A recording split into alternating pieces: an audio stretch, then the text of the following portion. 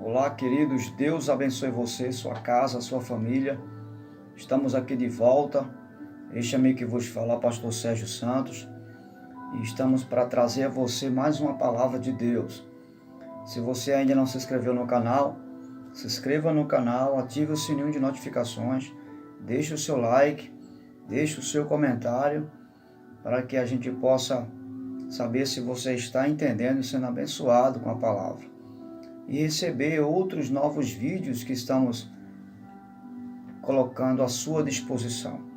Vamos orar? Antes, vamos orar porque tudo começa bem quando começa com oração. Ore comigo.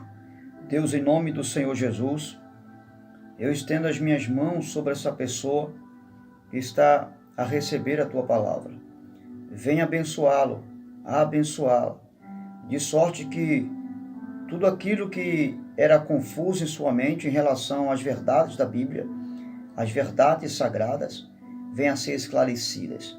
E ela seja bem-sucedida em tudo aquilo que vier a fazer, pensar ou falar.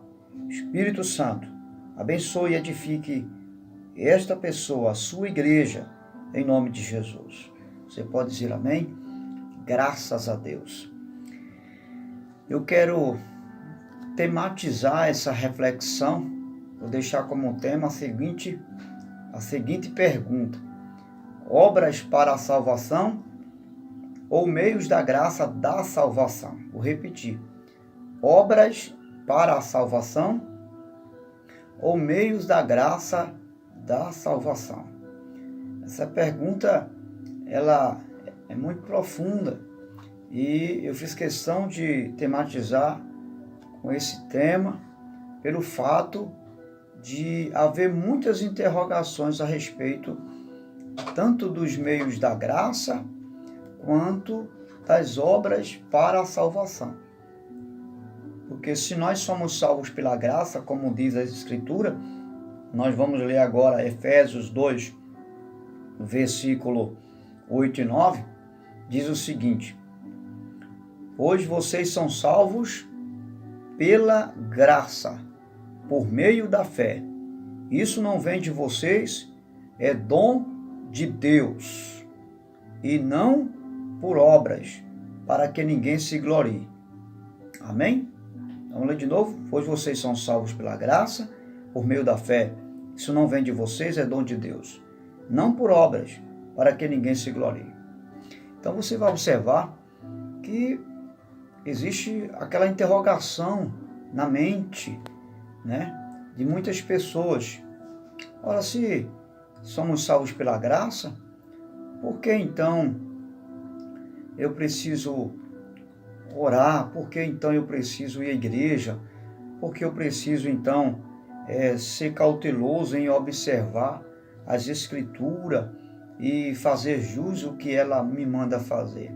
Se a salvação é um ato de graça e nada que eu venha fazer pode contribuir para a minha salvação, onde Cristo já me salvou na cruz do Calvário. É uma pergunta inteligente, uma pergunta precisa. Só que nós vamos observar, em primeiro lugar, precisamos entender que o raciocínio é exatamente esse. Não há nada, não existe nenhuma obra que possamos fazer para alcançar a salvação em Cristo. Por quê? Porque a salvação em Cristo é graça. E no termo teológico, graça é favor imerecido. Ninguém entra no lar celestial por ter conquistado direito ou mérito, não. Todos nós vamos um dia, eu creio assim, vamos um dia herdar o lar celestial, segundo as Escrituras, não pelos nossos méritos ou direitos que temos, mas pelos méritos e direitos que Jesus conquistou na cruz por mim e por você. Isso precisa ficar bem claro. E Jesus conquistou tanto o direito quanto o mérito de nós entrarmos nas mansões celestiais da seguinte forma, por dois motivos cruciais. Foi pela sua morte na cruz, foi pelo seu sangue derramado no Calvário, foi. Isso não há dúvida, mas existem duas razões muito fortes pelo qual ele nos deu o direito nele de agora entrarmos na eternidade da vida. Porque você sabe, existe a eternidade com morte e existe a eternidade com vida. E essa eternidade com vida só é possível com Jesus. Qual foram os dois pontos cruciais que Jesus realizou para me dar o direito de entrar na eternidade com vida? Primeiro, enquanto ele viveu aqui, ele viveu como um homem, mas sem pecado. Jesus não pecou. Então, o fato de Jesus não ter pecado me dá agora o direito nele, não pelos meus direitos, mas por causa do direito dele, porque ele não pecou, me dá agora o direito de herdar a eternidade com ele. O segundo motivo é que, como homem, ele obedeceu toda a lei exigida, a lei de Moisés ou a lei do Senhor, né? Então, ele obedeceu. Então, você vai ver que não há nada que eu possa fazer, mesmo obedecendo a Deus e a sua palavra, que me justifique diante de Deus. A obediência que eu tenho não é a minha obediência, mas é a obediência de Cristo. Ele obedeceu para que eu pudesse ter o direito e os méritos desta graça. Quais são os méritos da graça? É exatamente o que chamamos de meios da graça. São os meios da graça, os méritos que ele transferiu para mim e para você. Veja, é tão importante isso, entender que se Jesus, mesmo se Jesus tivesse chegado na cruz, morrido no nosso lugar, derramado o seu sangue, ter realizado e passado por todo aquele vitupério, que é a vergonha da cruz, mesmo se ele tivesse feito tudo isso e não tivesse obedecido a Deus, ele não tivesse uma vida de obediência à lei, nós não teríamos tido o direito de entrar no lar celestial. Isso seria isento de nós. Por quê? Porque ele precisava nos representar em todos os aspectos. Não era só na cruz. Ele não deveria apenas nos representar no nosso lugar morrendo ali, mas como um homem sem pecado. E ele precisava nos representar como um homem obediente. Obediente. Porque ele veio representar o primeiro Adão, que transferiu o pecado para toda a raça humana. Então ele precisou agora representar o Adão sem pecado e representar o Adão obediente no nosso lugar. Você entende agora? Porque o mérito e o direito não são nossos, mas dele. Então é por isso que somente nele e só nele podemos ter a salvação. Em nenhum outro há condição nenhuma. Nenhum outro pode nos elevar à presença de Deus nesse nível de eternidade, a não ser a bendita, imaculada pessoa do Senhor Jesus. Agora, em Jesus, escute, em Jesus, por ele não ter pecado, ele nos transferiu o direito de entrar nas mansões celestiais. E por ele ter os méritos, ele nos transferiu os meios dessa graça, ou seja, os meios de viver nesse mundo ainda, mesmo recebendo, mesmo tendo a natureza do pecado, porque Jesus, quando morre, ele morre pelos nossos pecados, mas ele tira de nós a condenação do pecado de Adão. Aquela maldição ali, aquele juízo de Deus que estava sendo aplacado na pessoa bendita de Jesus, o seu Filho, foi transferido a nós. Ele substituiu a mim e a você. Então não existe mais nenhuma condenação dos nossos pecados pelo pecado de Adão. Esse pecado foi perdoado. Só que Adão transferiu essa natureza caída para toda a raça humana. Então o que acontece? Mesmo agora, aceitando Jesus como nosso Salvador, mesmo assim sendo perdoado por Deus, mesmo assim sendo justificados por Deus, sendo redimido pelo Senhor Jesus, mesmo assim tendo paz com Deus, para viver esse mundo do reino, porque Jesus disse que veio nos trazer o reino, não um reino exterior, mas um reino interior, dentro de nós. Ele veio implantar um reino interior, ou seja, ele veio realizar uma obra subjetiva no ser humano, uma obra interior dentro de nós. Lá no Calvário aconteceu 2 fatos. Aconteceu a obra pública e uma obra privada, ou seja, aconteceu uma obra de salvação pública que foi vista por todos os judeus daquela época, Jesus ali morrendo em nosso lugar, embora eles não estavam entendendo isso, mas era uma obra pública da salvação. E a obra interior, que é a obra subjetiva, que é realizada pela bendita pessoa do Espírito Santo, o qual Jesus enviou para o substituir aqui enquanto a igreja estiver na terra. Então, essa obra se manifesta e se revela justamente em 2 Coríntios 5,17, que diz: quem está em Cristo, nova criatura é. As coisas velhas passaram, agora eis que tudo se fez novo. Tudo se fez novo. Então, para que pudéssemos viver essa nova vida de Cristo, o que Deus fez? Deus usou de misericórdia para conosco e manifestou graça, que é o favor imerecido. Ou seja, eu e você não merecemos, não temos nada em nós que possa chamar a atenção de Deus, mas Ele manifestou graça. Em quem?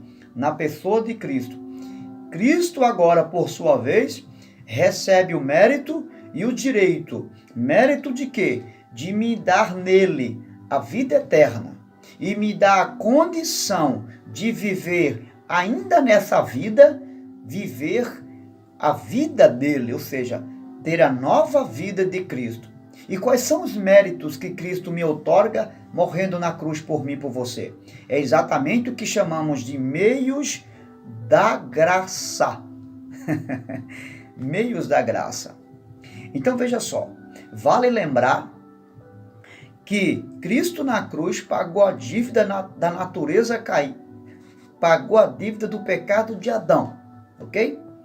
Como nosso representante, só que a natureza caída de Adão, ela foi transferida a todos os homens. E Paulo vai dizer isso em Romanos 3:23. Ele diz: porque todos pecaram e destituídos ficaram da glória de Deus.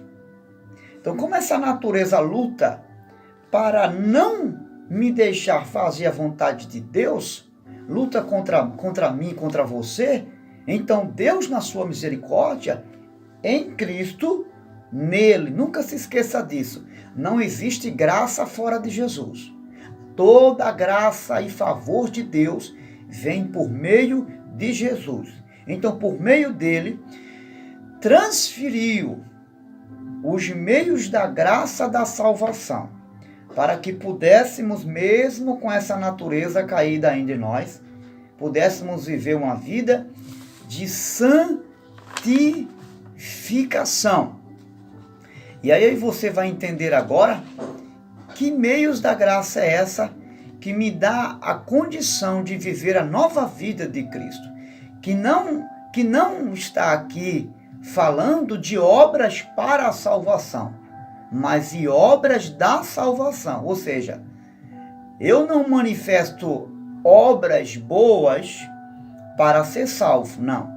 Eu sou salvo e porque eu sou um salvo em Cristo, eu manifesto obras da salvação, que não é para a salvação. Você tem que entender isso. Porque se fosse para a salvação, então os méritos e os direitos dessa salvação vinha de mim e de você. Mas tudo muda quando a gente tira o para e coloca da salvação. Obras não para a salvação, mas obras da salvação. Ou seja, as minhas atitudes agora com Cristo, a nova vida com Cristo, são resultados da salvação que eu recebi de graça pelo favor imerecido de Cristo, de Deus em Cristo, agora com vida. Ok? Então, o que são meios da graça? Instrumentos pelos quais toda a bênção espiritual e física são derramadas sobre os pecadores. Vou repetir. São instrumentos pelos quais toda a bênção espiritual e física são derramadas sobre os pecadores. O Catecismo de Westminster vai definir a expressão meios da graça. Vai dizer o seguinte: recursos visíveis e comuns dados por Cristo por meio da sua morte. Aleluia. Ou do seu sacrifício. Por eles Deus nos fortalece, ou seja, por meio desses recursos da graça, os meios da graça são usados por Deus aqui, na nossa vida, para nos fortalecer, refrigerar nossa alma e nos manter em comunhão com Ele, mediante a ação operadora do Espírito Santo. Então, o que acontece? Há dois tipos de meios da graça que nós vamos aqui rapidinho explicar. O primeiro meio da graça chama-se o particular e o outro chama-se o público. Meios da graça particular e meios da graça público. Então, quais são os meios da graça particular, pessoal, que só está ligado a mim e a você no particular? O primeiro meio da graça da salvação, não para a salvação, lembre-se disso, meios da graça da salvação, é a nossa fé, tá certo? Só que aqui é o seguinte, existem dois tipos de fé. Existe uma fé que todo ser humano já nasce com ela, que chama-se fé comum, é a fé natural. Por exemplo, quando você vai para um trabalho, você não fica preocupado com o ônibus, porque você vai para o ponto de ônibus e sabe que ali daqui a pouco, determinada hora, vai passar um ônibus e vai conduzir você para o trabalho. Quando você entra no ônibus, você até dá um cochilo quando pode, não é? Porque você fica tão tranquilo e dá um cochilo indo para o trabalho dentro de um ônibus. Porque existe uma fé comum em você que dá a você a consciência comum, porque todos têm essa mesma consciência, que o ônibus está sendo conduzido por uma pessoa profissional, responsável, que vai dar a você o destino desejado, sem você se preocupar. Essa chama-se fé comum, é um exemplo claro para você entender o que é fé comum. Essa fé todos os pecadores têm, ok? Mas existe a fé salvífica. Essa é a fé que vem de Deus. É Deus que nos dá. E você vai observar na leitura que fizemos em Efésios 12:8, que é um dom de Deus. Dom não é algo que se conquista. Dom é algo que se recebe. na linguagem teológica, é presente de Deus. Dom significa presente de Deus. Deus nos presenteou com os dons. E a fé, como um meio da graça, a fé salvífica, ela é esse dom. Mas por que Deus transfere essa fé do Senhor Jesus para nós? Porque Hebreus 11:6 vai dizer: sem fé é impossível agradar a Deus. Então, para alcançarmos esta salvação, é preciso manifestar essa fé e fé do Senhor Jesus. Então, só que esta não é uma fé natural, é a fé que se manifesta ao ouvir e ouvir a palavra de Deus. Porque essa fé, como um dom de Deus, ela se manifesta à luz da voz da palavra de Deus. Veja, Hebreus capítulo 11, versículo 1 vai dizer que fé é a certeza de coisas que nós esperamos e a convicção de fatos que não se vê. Então você vai observar que não é uma fé comum que você vê. Não, que você já sabe, não. É uma certeza de coisas que você espera. Você não tem, mas você tem certeza que vai chegar o que você não tem. Você não vê, mas você tem convicção que isso que você está esperando é algo que já existe no mundo espiritual e que pela certeza que você tem na palavra e em Deus, isso vai se materializar. Isso é fé salvífica, a fé do Senhor Jesus. Só que essa fé só se alimenta das promessas e dos registros feitos por Deus, relatados nas Escrituras. É por isso que essa fé só se manifesta ao ouvir a palavra. Por quê? Porque quando ela ouve a respeito de Deus, o seu Criador, essa fé se manifesta em graça. Como assim? Levando você a um nível espiritual na presença de Deus. Tira você do nível vertical, leva você a olhar na vertical. Ao invés de você continuar olhando na horizontal, somente das coisas daqui, você consegue enxergar o mundo espiritual também. Essa é a diferença. Qual é o outro meio da graça? O outro meio da graça é o arrependimento, que leva a mim e a você a confessar os nossos pecados, uma vez crendo pela fé no Evangelho do Senhor Jesus. Crendo, leva você a confessar seus pecados e abandonar os seus pecados.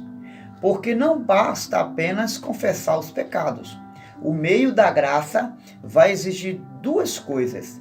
Vai exigir que você confesse os seus pecados a Deus e você abandone os seus pecados. Provérbios 28:13 vai dizer: Deus está convidando todos os pecadores. Aquele que confessa e deixa, alcança a misericórdia. Aquele que confessa e deixa o pecado, alcança a misericórdia. E a misericórdia já é um resultado dos meios da graça de Deus quando nós confessamos os nossos pecados e abandonamos. Um terceiro meio da graça particular, por quê? Porque é muito pessoal. Deus manifesta assim com cada um individualmente. Então são meios da graça pessoal. Então, o outro meio da graça é a obra da regeneração. Lembra que nós falamos no começo que no Calvário Jesus realiza duas obras? A obra objetiva, que é a salvação pública, e a obra subjetiva. É por isso que você precisa confessar diante dos homens que Jesus Cristo é o seu Salvador. É por isso que você precisa dar testemunho através do batismo nas águas. Você está confessando publicamente que a sua vida agora é de Jesus. Essa é a salvação objetiva do Calvário. E a salvação subjetiva, operada pelo Espírito Santo, é a regeneração. É algo que acontece dentro de mim, dentro de você. Em João 13:3, Jesus vai falar sobre essa obra. Ele diz: quem não nascer de novo não pode ver o reino de Deus. E aí ele vai falar da água, né, que é o batismo, o sepultamento de pecado, o abandono dessa velha vida e a ressurreição de uma nova vida com Cristo, né? Então, ele vai falar que quem não nascer do Espírito também não pode ver o reino de Deus. Nascer do Espírito é nascer da palavra, é nascer uma nova vida com Cristo. Esse é um outro meio da graça, a regeneração. Isso tem que acontecer comigo e com você. Caso contrário, essa salvação, ela pode ter acontecido apenas de forma pública, mas não de forma subjetiva, no nosso interior, certo? E se aconteceu apenas de forma pública, está deixando a desejar, porque a obra do Calvário, ela tem que ser completa. Ela não é uma obra superficial, ela é uma obra completa. A obra de Cristo foi completa. Então a sua salvação tem que ser plena, por fora e por dentro. Uma outra obra, ou meio da graça, é a leitura das Escrituras, ou seja, é a disposição de ter nas nossas mãos a palavra de Deus. Antigamente Deus falava de forma audível. Os homens ouviam a voz de Deus literalmente, como você está ouvindo agora a minha. Hoje não. Hoje Deus se comunica através da revelação da sua palavra. As Escrituras é e sempre será o meio da graça de Deus se comunicar com o homem. Deus fala comigo, Deus fala com você. Enquanto nós vivermos, não existirá outro meio, tá certo, a não ser as Escrituras. Ela é a revelação de tudo que Deus tem para mim e para você. Mas pastor, Deus pode usar alguém em profecia e falar comigo? Pode. Mas deixe-me ser sincero. Qual a profecia mais confiável? Aquela que é proferida pelo homem, o pecador, ou aquela que já está registrada pela unção do Espírito Santo através de homens também, mas homens que foram inspirados por ele? E o que está escrito aqui não pode ser mais revogado. Qual a profecia mais confiável? Eu fico com as Escrituras. Não estou aqui desacreditando de profecias que Deus possa usar alguém para falar comigo ou com você. Mas a mais precisa, e de toda e qualquer outra profecia, e de toda e qualquer outra fala que venha se identificando como a voz de Deus, deve ser peneirada, deve ser definhada por essa palavra aqui, tá certo? Deve passar por aqui. Toda e qualquer outra orientação, voz, seja ela profética, não importa de quem seja de um bispo, de um pastor, não importa. Deve ser analisada, filtrada pelas Escrituras, porque ela é o meio da graça da salvação. Amém? Eu quero agora passar para você um outro meio da salvação, ou melhor, outros meios da graça, que é exatamente os meios da graça pública. Existem os meios da graça particular, mas existem os meios da graça pública.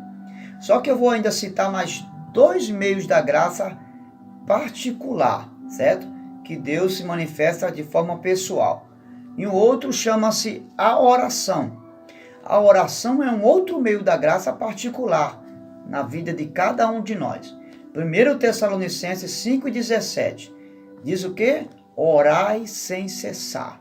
É o único canal de relacionamento que eu possa ter com Deus e você também possa ter com Deus. Não existe outro meio de se relacionar com Deus a não ser pela oração, tá certo? Pela oração. Pastor, e lendo a Bíblia? Lendo a Bíblia não é você que fala com Deus, é Deus que fala comigo e com você. Este é um outro meio da graça. E existe um outro meio da graça particular também, que eu posso chamar de a meditação das Escrituras. Veja, é imprescindível que você leia a palavra. Ler a palavra é importante. Temos que ler as Escrituras. Ela é como um alimento diário. O que é um alimento diário? Um certo reformador disse uma frase que eu acho extraordinária em relação às pessoas que se alimentam da palavra de Deus. Ele disse: o pão de ontem não pode sustentar o trabalhador de hoje. Mesmo que você leu a Bíblia ontem, o dia todo, pastor, eu fiquei um dia de estudo ontem, hoje eu não preciso ler, engano seu. O pão de ontem, o pão que você comeu ontem, não pode alimentar o trabalhador de hoje. Todo dia o trabalhador precisa se alimentar, sim ou não? Porque o corpo vai exigir novas vitalidades, novas energias. E você precisa entender que no mundo espiritual funciona da mesma forma. Todo dia nossas almas precisam de alimento espiritual. Então, a meditação é o exame criterioso, é diferente de uma leitura. A meditação é aquela expressão que você vai fazer de forma mais criteriosa. Você vai buscar entender o que as Escrituras, o que Deus está falando para você. Você vai usar alguns mecanismos, como por exemplo, um vocabulário, um dicionário, um dicionário teológico, tá certo? Algumas referências bíblicas. Você vai buscar algumas interpretações do Novo Testamento, do grego, do Velho Testamento, do hebraico, o que essa palavra estava falando historicamente, o que essa palavra lá naquele período de Jesus, por que Jesus disse isso, por que Jesus deixou de dizer aquilo, por que Jesus usou linguagem de figura, por que Jesus usou palavras, né? Enfim, qual a razão, o motivo, a causa daquele cenário ter acontecido naquela época e o que aquele acontecimento hoje tem a ver com a minha vida. Essa é a meditação das Escrituras. E somente as Escrituras pode levar você a interpretar isso, é claro, através do Espírito Santo que nos dá o discernimento da palavra, que é um dom do Espírito Santo, tá certo? Então, nós entendemos aqui agora que existe os dois meios da graça, o particular, que são esses elementos que eu citei, e agora os públicos, aqueles meios da graça que não é só transferido para mim, mas para toda a igreja no coletivo. E o primeiro desse é a reunião dos cristãos no templo. Você lembra de um vídeo anterior que nós falamos que um membro sozinho não pode dizer que é a igreja? Pois é. Então, a reunião dos cristãos na igreja é a forma mística de manifestar o corpo de Cristo reunido. Então, Deus nos proporciona aquele edifício que chamamos de casa de oração, para que a igreja possa se reunir e viver em comunhão uns com os outros. Tanto é que Paulo vai dizer em Hebreus capítulo 10, versículo 25, ele diz que não é bom que vocês deixem de congregar. Havia algumas pessoas que estavam deixando de congregar, estavam deixando de estar juntos com os outros irmãos. Alguns até oravam na particular, mas estavam deixando de se reunir com a igreja. E Paulo vai orientar, admoestar, olha, não é bom. Se não é bom, é porque existe algo ruim aí. Então, para que essa igreja possa viver intimamente em comunhão, é preciso que se reúna na casa de oração, que nós conhecemos como templo, né? Costumeiramente falando, igreja, mas igreja, na verdade, ela não é o edifício, ali é apenas uma estrutura onde a igreja se reúne. Outro meio público da graça é os sacramentos. Estamos falando aqui agora do batismo e da ceia do Senhor. O batismo é algo feito no coletivo, né? pode ser feito no particular com uma pessoa só. Mas sempre, raramente, quando os pastores vão batizar, raramente eles não batizam no coletivo, né? Porque é algo público, né? Com não só uma pessoa, mas com várias pessoas. A ceia do Senhor também, ela é feita no templo, né? No edifício, né? Onde a igreja está reunida. Então isso é um meio da graça pública, não é algo que é isolado dos olhos das pessoas. É algo que o mundo todo está testemunhando o efeito da graça de Cristo, que é a forma que nós temos de comungar com a morte e também com a sua ressurreição. Porque ele não só morreu, mas ressuscitou também. Amém? Um outro elemento do meio da graça pública é a comunhão dos cristãos uns com os outros. Ok? Essa comunhão, né, ela é tão importante que ela leva-nos a viver uma vida íntima um com o outro, no sentido de nos preocuparmos uns com os outros. Há um texto em Provérbio que eu acho interessante ler para mim e para você, que fala aqui, 27 de Provérbio, versículo 7. 27 de Provérbios, se não me falha a memória, versículo...